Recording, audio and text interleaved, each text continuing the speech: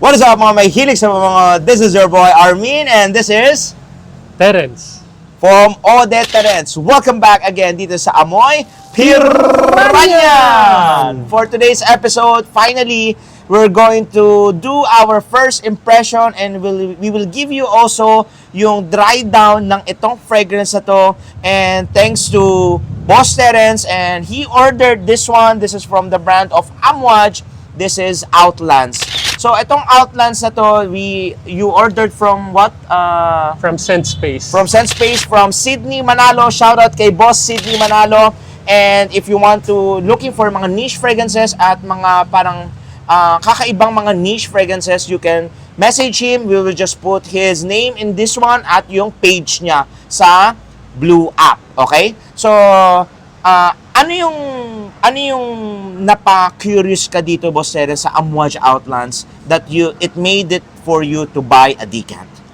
Siyempre, babad tayo sa TikTok, di ba? So, ito yung medyo na-hype na pabango ngayon. Ang dami ko nakikita eh. Yes. Not only TikTok, even sa mga ibang platforms. Yes. Ang daming influencer na nagre-review nito.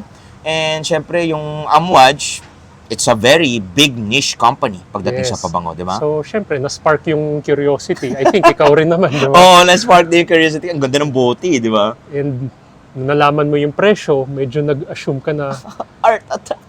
baka mabango nga. Oo nga.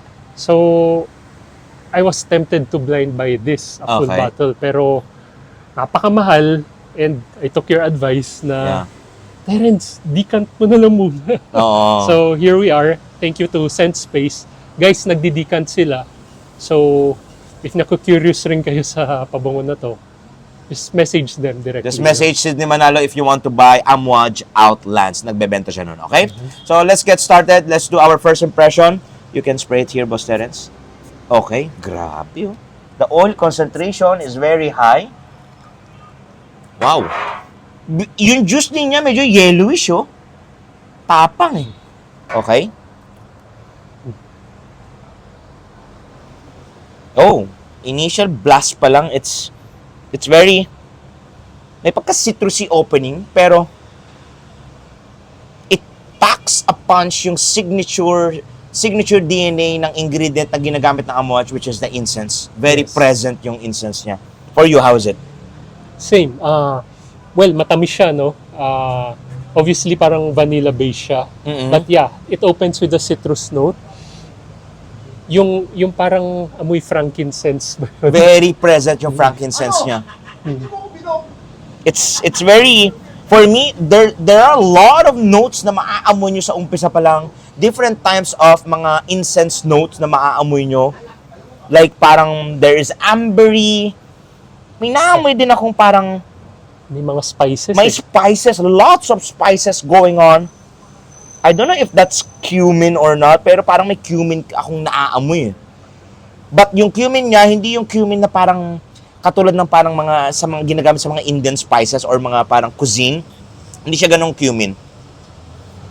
May naamoy ka bang, Boss Terence, na may pagka parang cacao, parang Yes. chocolatey Parang aspects? Chocolate. Tapos there is this parang very present, kanina pa to parang kinukulit yung ilong ko, parang Menthol, yes. menthol, very mentally effect. So much going on. So much.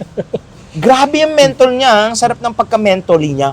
Tapos may pagka parang fruity nuance akong naaamoy that parang combines together. I think that's coming from a tobacco note or maybe coming from the leather note. Parang nagkikreate sila ng parang accord. Parang it reminds me of parang nandito yung parang DNA ng Royal Tobacco eh. Do you get that? Parang Royal Tobacco? Nung sa dry down, yes. Sa dry down. Pero, sabi ko nga, first impressions ko dito parang, it reminds me of Annie. Ani. Because of the parang Yes. vanillic na base niya, no? Na may pagka-Layton. May pagka-Layton nga. May pagka-Layton siya. Pero, every now and then, parang may maaalala kang ibang pabango. May maalala ka. Actually, ang dami kong naaalala ito from now its first impression. May naalala kong parang Amouage Royal Tobacco na may pagka parang Layton ng Parfums de Marly. May naamoy din akong parang parang Carlyle Red Tobacco-ish. Carlyle ng Parfums de Marly at Mancera Red Tobacco-ish. That's because of the tobacco chocolatey facets niya. And, for me, very smoky siya. I think this is not a parang a pleasing scent. For me, I wouldn't call this one as a parang a unique scent. For me, this is like parang, hindi ko naman binabash yung Amouage. It's just parang, hello, Cecile Zarokian. Parang, kaya mo bang maging unique pa or wala ka nang maisip sa mind mo na parang gumawa ng isang pabango? Or baka sinabi to ng creative director ng Amouage na parang, ganito yung mga gusto kong DNA. Pwede mo bang ilagay yung mga DNA na yan, ipagsama-sama mo, tapos you put it in, then let's release a fragrance that calls it Outlands? How about you, Boss Terence? Actually, nag-gets ko yung sinasabi mo na for an Amouage fragrance, which is, ang impressions ko sa Amouage, medyo wapak yung mga... Sobra dapat. Yung mga amoy Mm-hmm. And Amouage is, for me, It's a powerhouse. acquired taste minsan yung mga pabango nila. I Yeah. think medyo hardcore fraghead ka na bago mo ma-appreciate. Pero ito, parang it's a little bit of everything. I think it's their attempt to make Amouage mainstream. Oo nga. Kasi, Which parang hindi bagay sa kanila.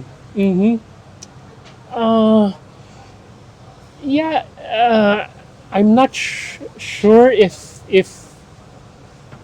hindi ko alam I was expecting something more. Something more. Okay. Actually, me also. Imagine mo, maganda yung bote na nirelease ng Amouage Outlands. Ang ganda eh.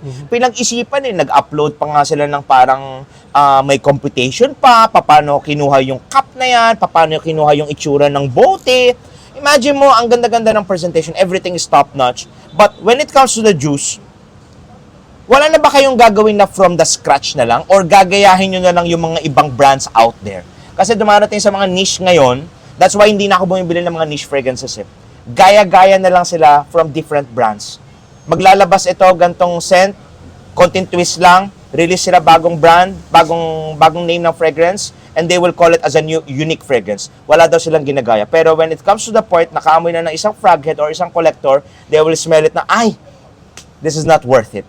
Diyan pumapasok ang wag kayong bibili ng full bottle agad. Wag kayong bibili ng blind buy when it comes to niche fragrance. Kasi you're paying a lot of big money with this one. How much to, Boss Terence? Mga $100 plus or 500? I think in the may mga nagbebenta cheaper. I think mas mura pero close to 20 pa rin per yung 100 ml. I wouldn't So, invest my money on it. Buti na lang nag-decant. Yun, di ba? Nakinig si Boss Terence. We will make it clear. There's mabango naman siya. Oo. Pero wag sana ma-offend yung mga bumili. Opinion lang namin to. Opinion na namin to, yeah. Parang Sige, go, kaya mo yan. I-release mo yan, Boss Terence. parang ganito it will spark curiosity kasi ang dami niyang notes. Silipin niyo sa Fragrantica, ang dami talaga. And pag nakita niyo yung, sa wearing experience ko, nung nakita ko ng mga notes, ayaw nga no, may ganito. Ayaw nga no, may ganito. Pero, nasabi ko kay Armin Armin, sa tingin mo, pag ibang nakaamoy nito sa'yo, may mai-impress sila or what? I don't think so. Siguro Parang sa hindi Middle Eastern country, they might be impressed, but they might find it parang pleasing. Tama yung sinasabi ni Boss Terence, parang they want to be a mainstream, parang pangmasa. So parang lumalabas na sila dun sa direction ng parang hardcore and powerhouse, yung talagang wapak style fragrance nila na nawawala na ngayon. So for me, it's just parang not worth it to invest your money on it. Mas sasuggest ko pa na try na lang ng mga ibang Amouages. Hindi katulad ng parang way back before, katulad ng Amouage Royal Tobacco. Grabe yun. Amouage Reflection 45. Grabe yan. Tapos, yung mga ibang Amouages pa talagang panalo. But for me, this one, itong newest release nila for me, this is a no for me. This is not full bottle worthy. But maybe, sa nose nyo, it might be full bottle worthy. So, going back to dry down tayo ngayon, Boss Terence. Yung dry down naman niya, there is this parang magugustuhan mo sa tingin ko sa dry down niya, but for me it's hindi pa rin eh. Hindi pa rin niya makuha yung loob ko eh as a collector, as a enthusiast, I really love ang Amouage. I own 3 bottles of it. Lahat first formulation. This is parang more on parang cotton candy, vanilla-ish, parang gooey caramel sa dry down. That's coming from the maltol. So parang nagkikreate siya ng cotton candy. But for me, it's a no-no. How about for you? Ito, in conclusion lang, no? Si Armin kasi medyo advanced na yung expert na yan eh. Pero ito, take ko dito. Maybe for the mainstream na parang, I see this as a stepping stone para doon sa mga gustong i-explore yung Amouage na brand. Yeah. Kasi, again, yung mga previous releases nila, medyo it's not for everyone eh. Hindi talaga. Oh. So maybe if you want to explore the brand, I think this will be a good starter pack ng Amouage. pero for someone na may experience sa Amouage, Oo. I think na like si Armin, medyo na underwhelmed kami. That's our take. We expected much more to be parang talagang gusto namin yung wapak eh. Yung wala yung wapak eh. Parang pleasing eh. Siguro tama ka doon, tina-target nila yung mga ibang audience na hindi nila ma-target kasi ayaw nilang bumili ng Amouage kasi it's not for everyone. So now, they're entering the parang mainstream, maybe maa-appreciate ng mga ibang tao dyan. Yes. Diba? So, again, take lang rin namin ito. Yeah. Magkaiba tayo ng ilong. Yes. We highly recommend nga na you get a decant from get decant Sense Space. No? Sense Space, try nyo, bumili ng And who decant. knows, baka magustuhan ninyo. Yeah. Diba? We will never know. We will never know kung magugustuhan nyo or not. But for me, I suggest, decant muna. And yun lang masasabi ko. Ito lang masasabi ko about, again, another sa Amouage.